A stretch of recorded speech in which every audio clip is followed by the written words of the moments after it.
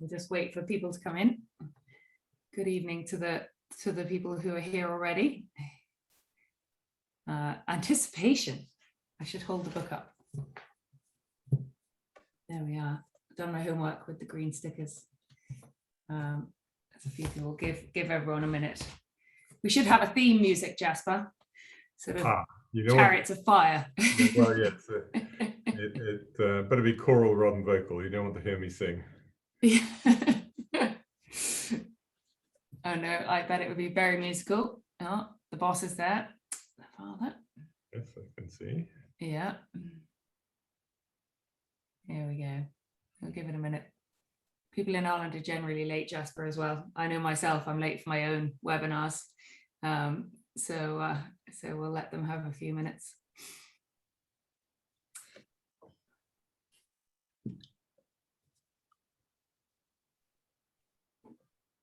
Okay, I think patience is not my strength tonight.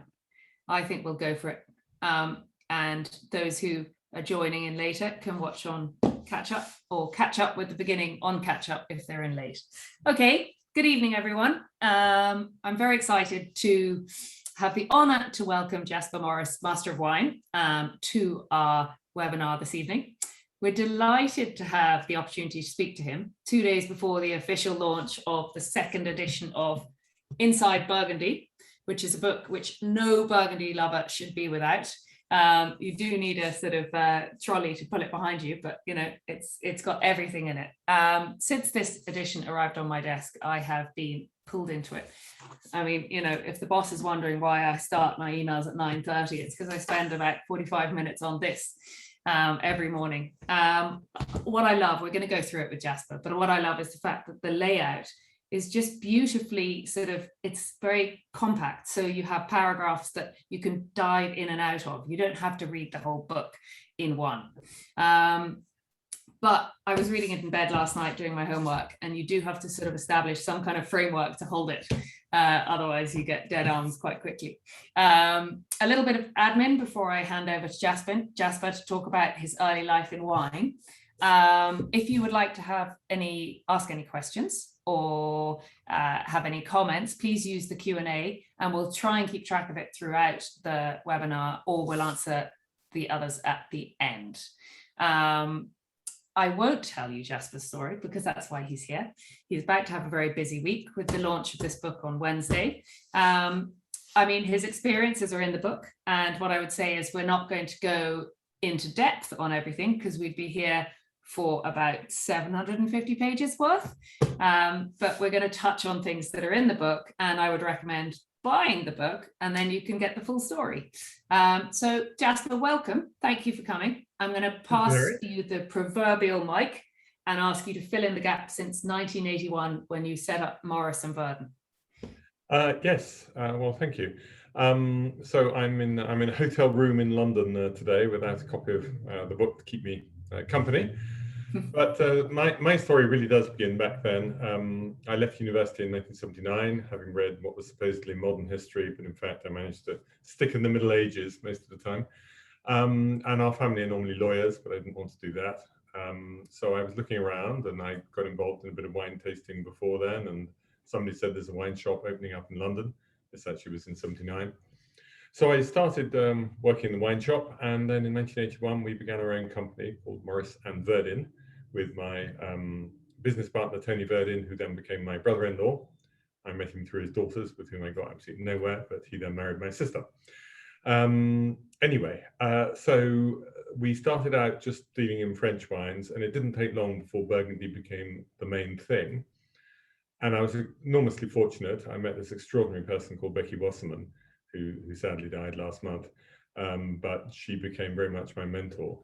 And she was at the forefront in promoting domain bottled Burgundies, because prior to that time, it was just the big houses, many of which are extremely good. So you've got your Bouchard, Perrier Fils, Drouin, Jadot, etc.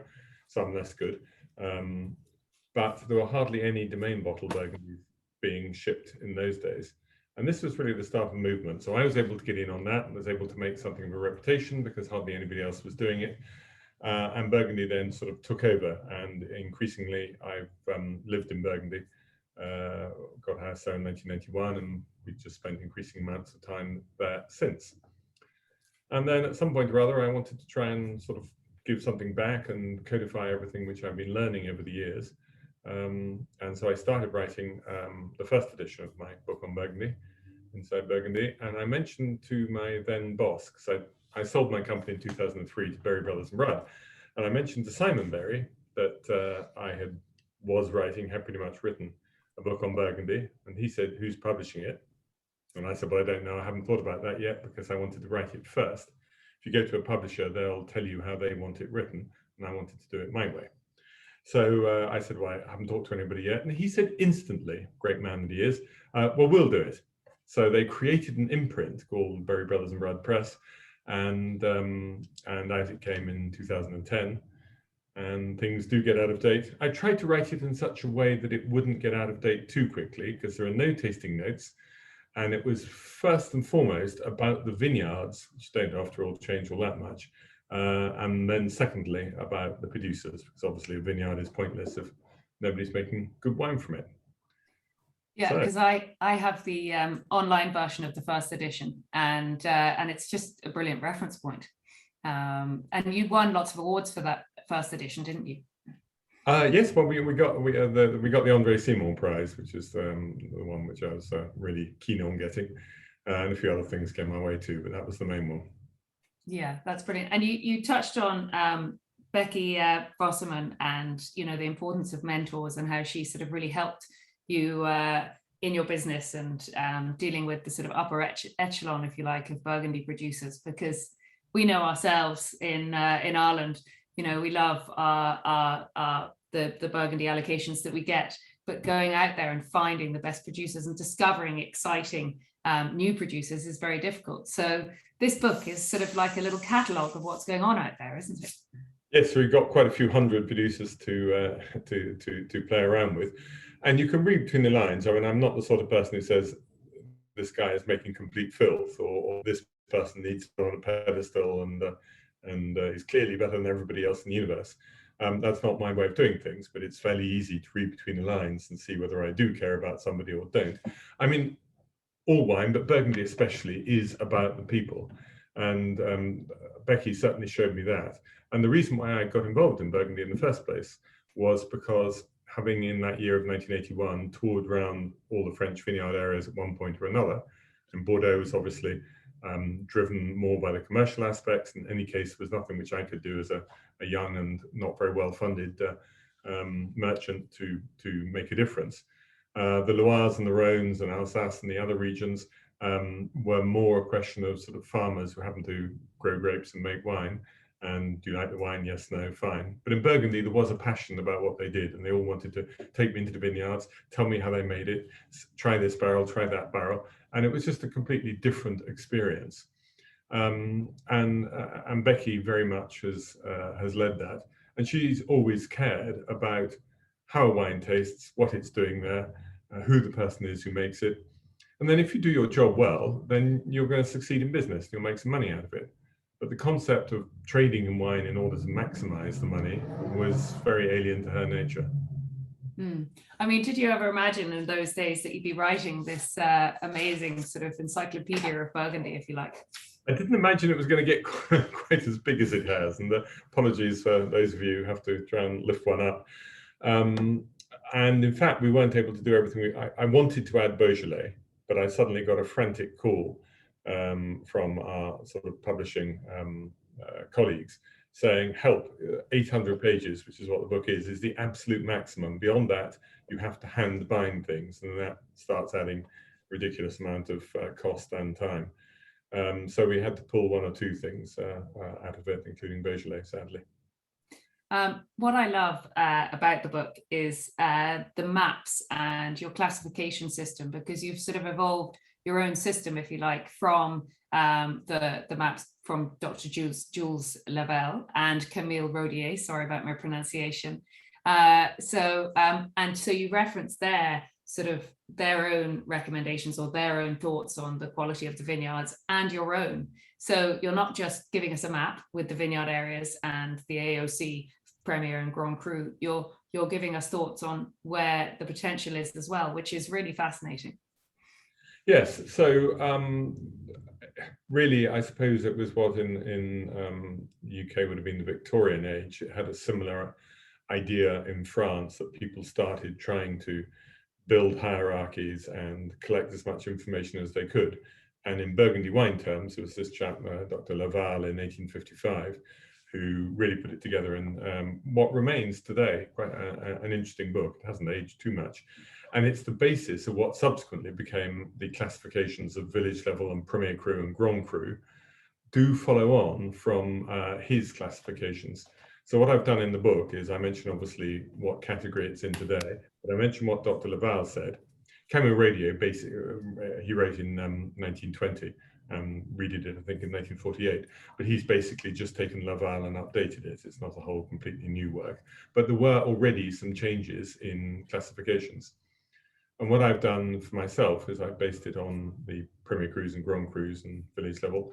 And I've said, yes, it merits that, or it should be more, it should be less, or it's a top example, or push it up into a different category. So it's a tweak on the sort of appellation system, if you like. Yeah, this insight on the sort of generic idea is so much more helpful than just what should be good. That's why I mean, you know, I think there's going to be a race from sort of everyone around to find the next hot thing from your book and go out and buy lots of it.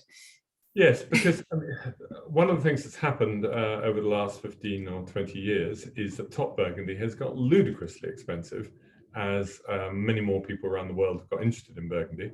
I mean, I spent the years from 1981 to about 1995, 2000, desperately trying to get people to drink a bit of Burgundy instead of just Bordeaux.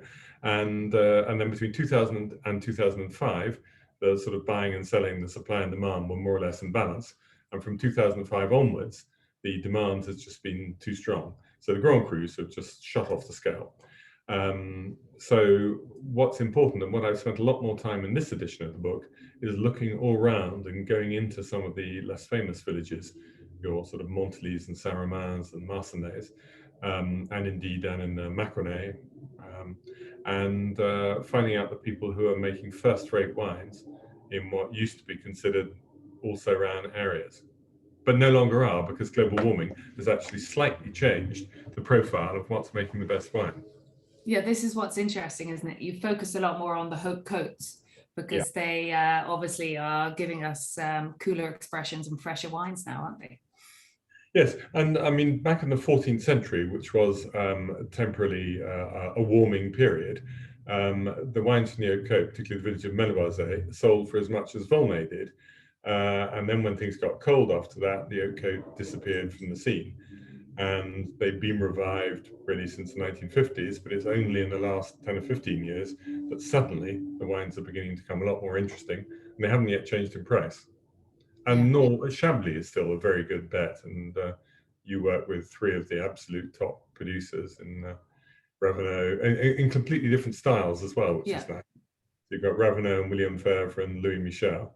You know, given the amazing quality of their best wines, all their wines, their best wines remain much better value than the Grand Crus of Côte d'Or. Oh, completely. I mean, I opened a bottle of Louis Michel's Petit Chablis 19 vintage on Friday for one of our Instagram lives, and it was just delicious. You know, he manages to capture that terroir beautifully at a really good price. I saw the video of you with him actually in the vineyards. That was really interesting. That's on 67 Pall Mall TV, guys, if you want to tune in and watch Jasper in the vineyards in Burgundy. You also did a separate one. I don't know if you've seen that yet. It's about the Grand Crus. When I walked from the northern end through the 7 Grand Crus, stopping and but just as if by chance, I bump into a different grower in each of the vineyards, and just by chance they happen to have a bottle of wine and a corkscrew. Just by chance, I happen to have 2 glasses. So we stop and taste them and talk about them. And the first one is Didier from William Fèvre in his bureau, and the last one are the new generation of Ravenot up in the Blanchot. Oh, so brilliant! It was a lovely day wandering through the vineyards. Kept me fit. Well, Well, next time I wander through the Grand Cru, I'll have to carry a couple of glasses and hope that happens to me. But so we'll move on to the history, because the beginning of your book is all very informative, but not in a preachy way or a boring way, in a factual and of the moment way. And we were just talking about the historical context and what interests you in history just before this, and I thought it was quite amusing because you said that, historians might be a little bit taken aback by you've picked out the best bits, but actually, I'm not a historian in any way, shape or form. And I sort of generally with wine books glaze over the history. I'll catch a few important parts, but it doesn't pull me in. But yours is like the sort of, I don't know, the soap opera of the history of Burgundy. So it does pull you in because the chapters are short and concise and they cover different periods. It's really well done. I mean, I hope I covered all the main points that need to be covered, but I went into a little bit more detail where things interested me, like how the tribe of the Burgundians got there in the first place, and various other things, including we have a few little sort of pullouts on the side, like Dr. Jules Le Guyot, for example, and it's almost worth buying the book to discover some of the things that he got up to when he wasn't talking about wine. Yeah, I'm not going to mention it live on air, but it's page 28. Here, I'll give you a quick flash, lads. Yeah, so the pullouts on the side are, you can see that they just, you can read a little bit about each person. And if you're very quick, you can probably read that or you press pause, but you have to buy the book. But it is, I do love that. And it just, it's fantastic. And what, again, you go into sort of, you talk about terroir, and obviously terroir is something that's not scientifically proven, but it is very much evident in French wines. So you just briefly tell us about your thoughts on terroir. Yes. One of the problems is that people approach it in a binary way. Either you're for it or you're against it. And of course it exists, but it's not the only thing. And in fact, when you taste a bunch of young wines together, the difference in the winemaking is probably going to show more than differences in the terroirs. If you set up a little grid, which I did once in Oregon, you've got 3 vineyards, each of which has been made by the same 3 producers. So you've got 9 wines in total. And you do a little grid, 3 across and 3 down. And it is the effect of the winemaking is much, much stronger. So that immediately you have an idea of which winemaker is which, more than the characteristics of the vineyards. Over time, then the winemaking then tends to fall into the background and the vineyard characteristics come out more. So what terroir means is not just the rock in the soil, it's a bit the topsoil, the rock in the soil, the drainage, the exposure to the sun, thickness of the soil, all sorts of different things. And it can be influenced by man because, of course, you can change what's going on in the soil. You can do a bit of landscaping, terraforming. But broadly speaking, the origins are at least natural.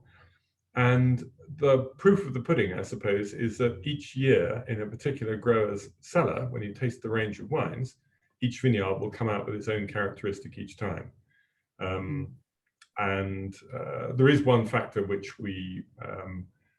is a bit different, and that's actually what plant material people have got. If you've got old vines from really good Pinot or Chardonnay plants, that's going to have a difference, and it's not really terroir, that compared to if you have either young vines or somebody put in the ground the wrong material in the first place. But broadly speaking, what you can't do is you cannot say, okay, we know this bit of soil in the ground, we know this particular type of oolitic limestone, to quote one of the ones, and therefore we have this very specific flavor in the glass. You cannot prove those links, but you can get a general impression for sure. Yeah, it's so right. I think, but climate has a big effect on the terroir, doesn't it? Warmer vintages, it takes longer for the expression of site or the expression of the winemaker to come through with warmer vintages when the fruit is forward. Well, the thing which is interesting me at the moment is that we have ideas about certain villages in Burgundy. Let's take Volnay and Pommard. And my great favorite for the longest time has been Volnay. And much of the world has been a little bit sniffy about Pommard because the wines have been a bit rough and a bit coarse and a bit tannic, whereas Volnay has been all about elegance. Now, this is at least partly to do with the amount of water in the soil, which is much more in Pommard than it is in Volnay, which meant that the soils could be a little bit waterlogged. And if you get very waterlogged soils, they actually are pumping the water up into the leaf area, the foliage, which is slightly inhibiting the ripening of the grape itself, and you get these rather awkward, rough tannins. Now, with global warming, these water-retaining soils now have exactly the right amount of water in them instead of having too much water. And as a result, the wines of Pommard are just getting better and better and better. You can see it quite clearly from 2017 onwards, enormously so in 2018. Whereas Volnay, most of the vineyards are holding their own, but just one or two of them are beginning to dry out. And the early ripening ones are actually delivering less than they did before. So the sweet spots on the coat of the Côte de Beaune and the Côte de Nuits are not in exactly the same places that they used to be. Yeah, its climate is changing massively, as you say, and that's what's fascinating about the second edition. The sort of insight into where to look and where the next places are coming from, and I didn't know that about Pommard, and that's fascinating. Yeah, that is. I mean, it's a really good insight. The climate chapter they had to rewrite completely. Yeah, and absolutely, and that's the part that I just find, when you mention with the frost, and 10 years ago we were talking about frost in Chablis, and it wasn't a big problem. I remember walking around the vineyards of the Grand Cru, and they pointed at the sprinkler system, said, "Oh, well, we put these in, but we don't really need them." Oh, yes, you do. Yeah, and now it's just unbelievable, isn't it? How tables have turned. Yep, they had bad frost in the 50s, they had frost a bit in the 70s, in 81, then again in 91, and after that, hardly at all. And now they have been badly frosted in 2016, 2017, 2019, 2021. What's happened, and it's probably allied to global warming, but basically the jet streams are no longer holding the cold air up by the two poles, and instead it is sort of swooping down. And instead of just having the occasional cold night where the temperature goes a bit low, so you might have a little bit of frost, now you're getting these masses of cold air. Even in Texas, they had one this spring, and you'll be surprised to hear, a wine industry in Texas, and they lost their vines. And then almost all of France, really very seriously, because most of the techniques for trying to save your vines from a minor frost don't work when it's that cold for that long. But the water one that you were mentioning in Chablis did work. And Chablis is also equipped with thermal cables, which can warm up the area. They're really expensive, but they do the job. Whereas further south in the vineyards of Côte d'Or, they thought they didn't really have these frost problems, and so they don't have the same ways of saving the crop. Yeah, because I think a lot of people presume that it's very easy in Burgundy. They have these high prices. They produce their wines. They then sort of eat the golden egg and go on and on and on. But all these domains have huge problems with yields at the moment, don't they? I mean, the 21 vintage is down to about 20% for some estates. Well, I mean, yeah, the pessimists are saying it's no longer glass half full and glass half empty. It's either, I lost 75% of my crop, and the optimists are saying, I managed to save a quarter of my crop. But I mean, for some people, it's going to be as bad as that. They're going to start picking, incidentally, middle of this week, probably. I should miss the start of harvest being here in the UK. But the big picking will probably start from next weekend. And you live all year round now in Burgundy, don't you? So that has given you, because you retired from Berry Brothers in 2017. That's right. I retired from commerce because what I wasn't enjoying was the Grand Crus from Vosne Romanée would sell pretty expensively from the producer, and then they would pop up in the secondary market with an extra zero on, a couple of days later. And it was all about scrabbling for allocations from the grower's price and then making a fortune by selling them on the secondary market. And I had no interest in doing that. And at the same time, people in the smaller villages like Savigny-les-Beaunes, who had suffered from hail problems, really bad ones in 2012, 13, 14, and then frost in 16. They were really struggling to be able to raise their prices at all when they desperately needed to. So I was not enjoying the commerce of it anymore, and I wanted to have a try at a different aspect of wine, to give myself time also to do a new edition of the book. And also, if I can give it a quick plug, I have my Inside Burgundy website as well, where all the tasting goes. They go on that. Yeah, which is fantastic. I subscribe to that, and as you say in the book, the tasting notes are all updated on there. So that's where you need to go for tasting notes of different vintages from the producers. So obviously, we're talking about land and the search for land, where demand is outstripping supply. So the borders of Burgundy seem to be expanding a little bit, or where you can sort of make reasonable wine from, and that's all covered in your book, isn't it? The sort of Yes, I mean, they aren't making land anymore, and the famous villages, everything has been planted up for a long time.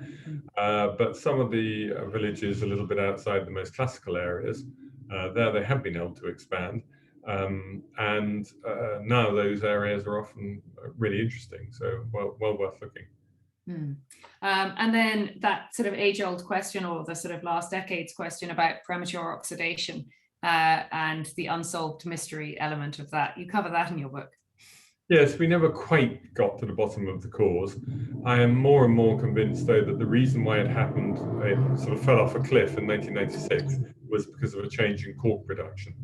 I mean, there are some other reasons further back, which are longer term, and which, if you've got a good closure, won't actually happen. So it's only the fact that corks have let us down, and even though corks are much better now than they were back in the late 90s, there is still an issue.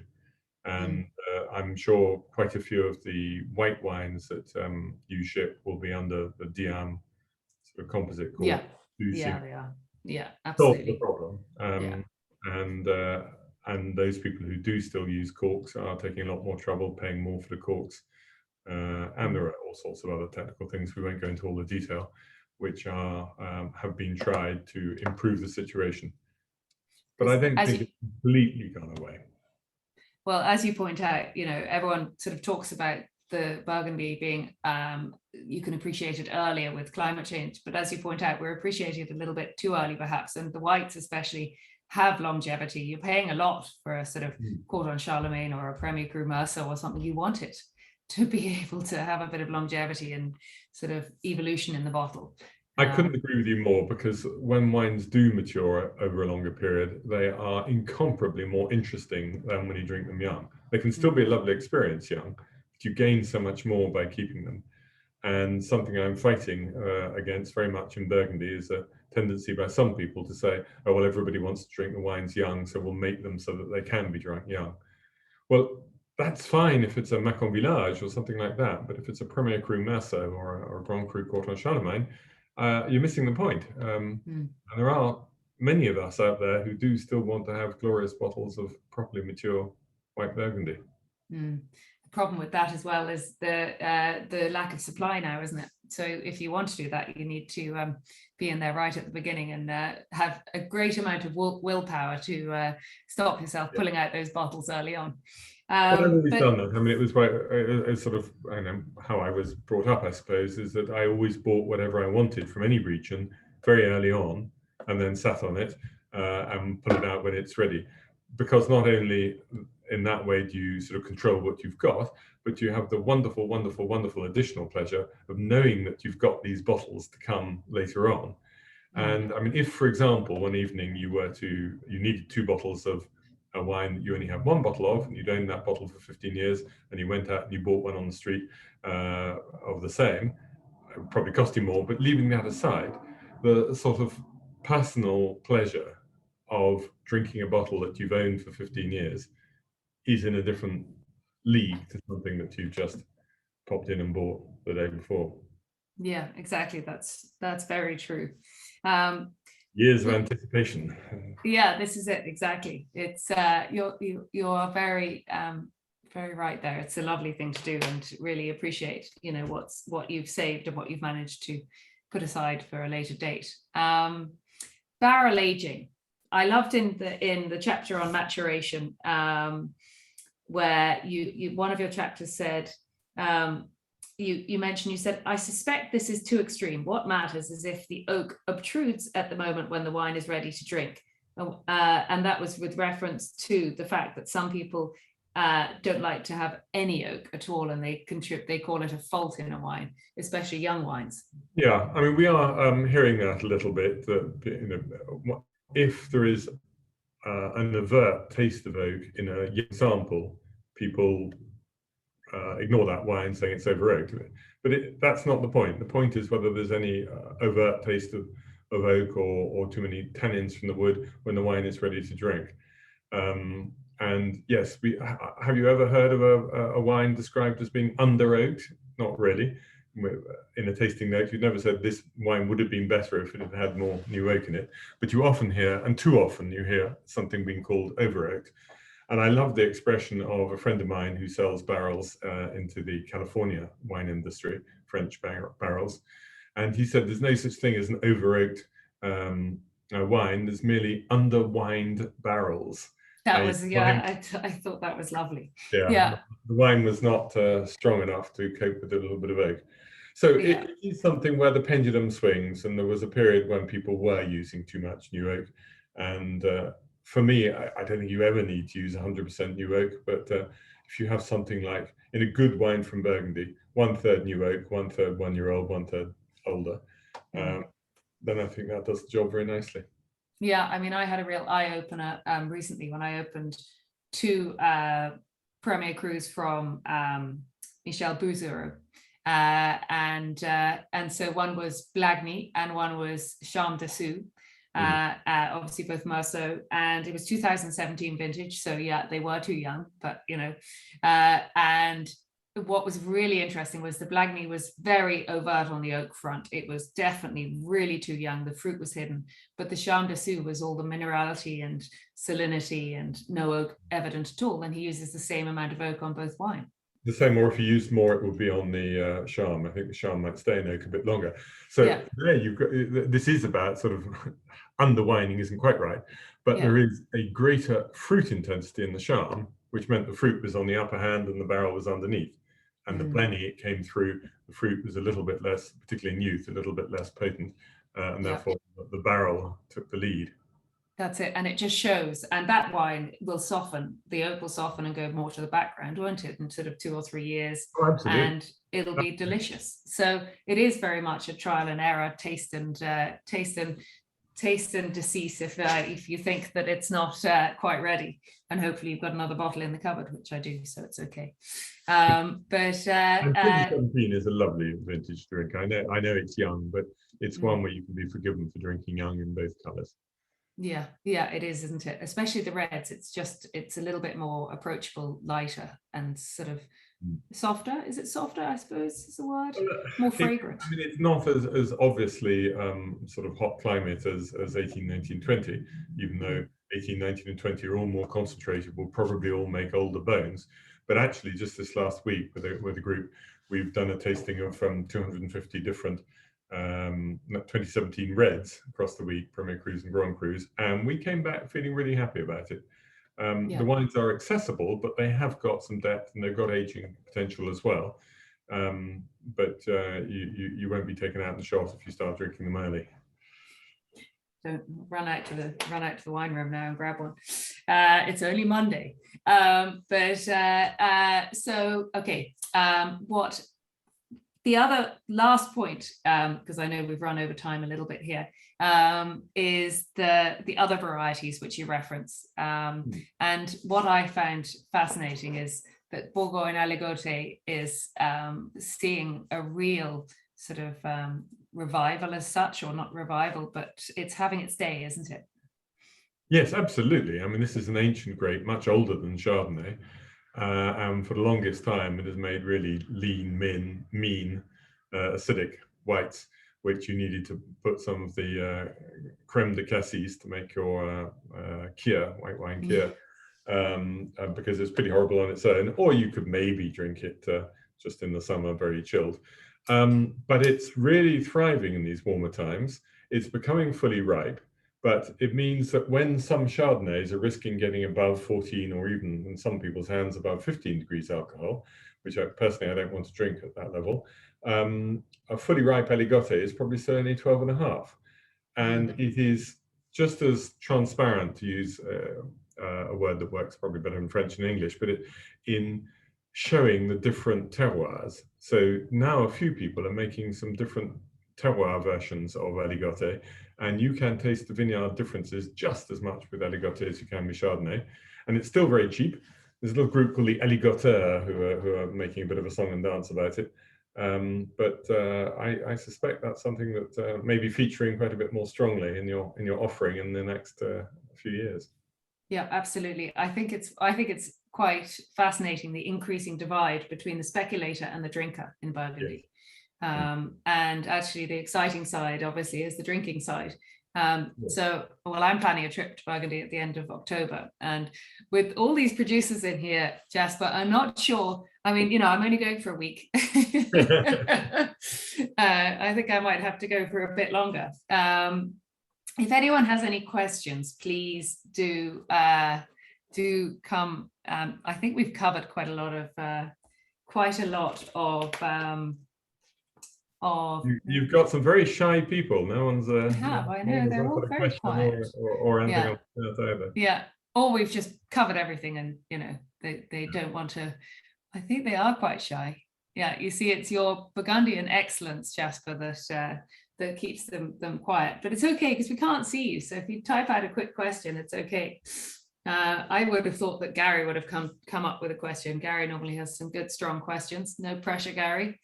But anyway, I'll do a little conclusion while you all think about your questions, guys, because we might not have, although Jasper, you're pretty sharp on Twitter, aren't you? So well, actually, what I do as well is I put them on Instagram, and then they naturally flow down through either Facebook or Twitter. So start life with the pictures on Instagram. It is amazing. I don't really understand how to do these things, so I'm perfectly happy to admit it. I cheat completely. I take the picture, I send the basic instructions of what they're about to a friend in Hong Kong, and overnight she turns them all into the social media, because I'm the wrong generation and don't have enough time free to really to get to grips with it. I was actually Gary's got his hand up.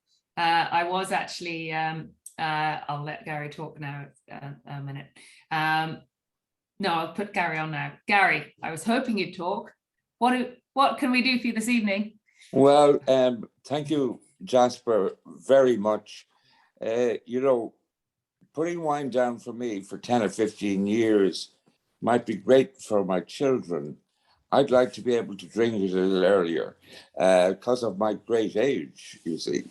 And but I used to have no interest in Burgundy because of the prices.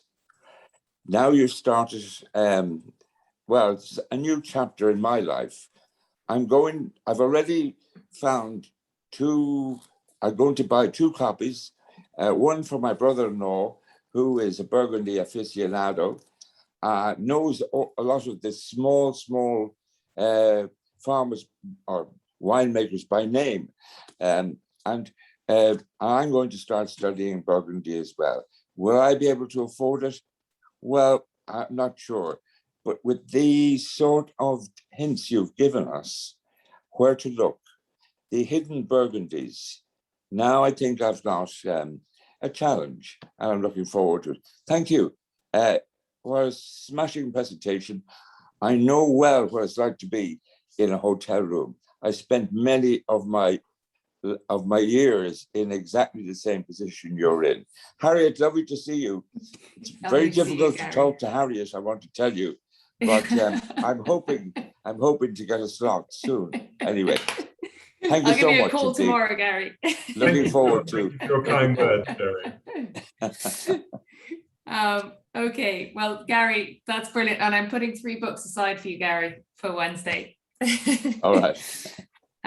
So Jasper, I'll just sum up a little bit. I love the fact that you mentioned that Berry Brothers created a printing company especially for you to write your own book, and not everyone can say that has happened to them. And I don't think that Berry Brothers have looked back since they did that, and they certainly won't with this edition. We're all waiting now for Beaujolais, Inside Beaujolais by Jasper Morris. Is that the next project?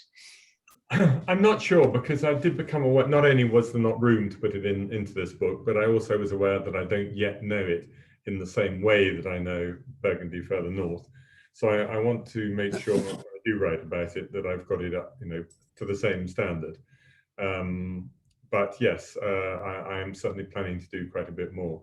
There's some great people down there. It's a region that has been totally revived, starting with the very good 2009 vintage, but in particular because lots of new, hungry, younger people have come in, quite often from outside the region, and they've really made it much more dynamic. And again, the wines are very affordable. Yeah, I'm really excited by Beaujolais. I have to say, I want to do a bit of adventuring down there, and it's a beautiful region as well, isn't it? Yes, it is. Yeah. Yeah. And then Volnay versus Pommard. Pommard has pummeled Volnay then for the climate change sort of revolution, and that was something that I found fascinating from our talk. That the water in the soil in Pommard might be its saving grace and its future, and Volnay might be wilting at the sides. But not all of Volnay. There are just a few places that I'm a bit less happy with, but most of Volnay holds up. Same with Chambon-Musigny, one or two bits which are looking a bit less successful in the really hot years, but the great vineyards are fine. Gevrey-Chambertin has gone positively on the Pommard line. And so it goes. We've actually had a question on the Q&A, which is about the global warming and whether or not this is going to cause widespread concern, and does it impact on land prices? Hasn't yet impacted on land prices at all. They're still ludicrously expensive, way more than, I mean, if somebody bought a little bit of Grand Cru Musigny the other day, and that works out at the price they paid translates into 50 million euros a hectare, or 20 million an acre. And at that point, you can start putting down houses and planting vines, because vineyard land is a lot more expensive than building land, and that's never happened before. But there is concern insofar as that, I don't want to get too technical, but in these hotter times, some of the root stocks which were used in the past are fading a bit and having to look elsewhere. People are thinking very intelligently and very thoroughly about how they can manage the issue. But we do know that if we're only at the beginning of the global warming, I mean, there's going to come a time when possibly we'll have a lot more to worry about than whether or not we can drink Burgundy, if global warming really takes over. If we do manage to moderate it, then I think Burgundy will be able to cope. Yeah, as you mentioned, the rootstocks, which is another part of your book, that takes a decade to sort of see the effect of the different rootstocks, doesn't it? So you really have to be looking ahead when you're doing your planting. Yes, absolutely. It's something that you're expecting to last for 50 to 100 years. Yeah. Okay. Well, everyone, thank you very much for tuning in. Obviously, the book will be in Searsons. It is online, available to buy now, and with us through Tindal Wine Merchants, obviously, and it will be distributed throughout Ireland. It is a fantastic book, and I am not just saying that. I have actually been sucked into it on many occasions, and I will still be reading it tonight, even though I don't have to do my homework anymore. But I'm going to have another pillow to sit it on. It'll have its own seat. But Jasper, thank you very much. You'll have a busy week.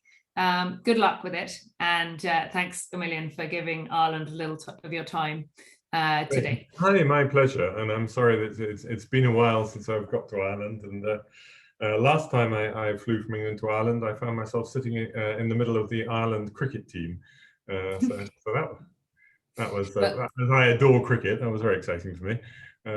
So I will hope to come again, and if not, Harriet, I shall look forward to seeing you in Burgundy. Yeah, absolutely. All right. Thank you, Jasper. Thank you, everybody who's listened in. Good night, everyone. Bye-bye.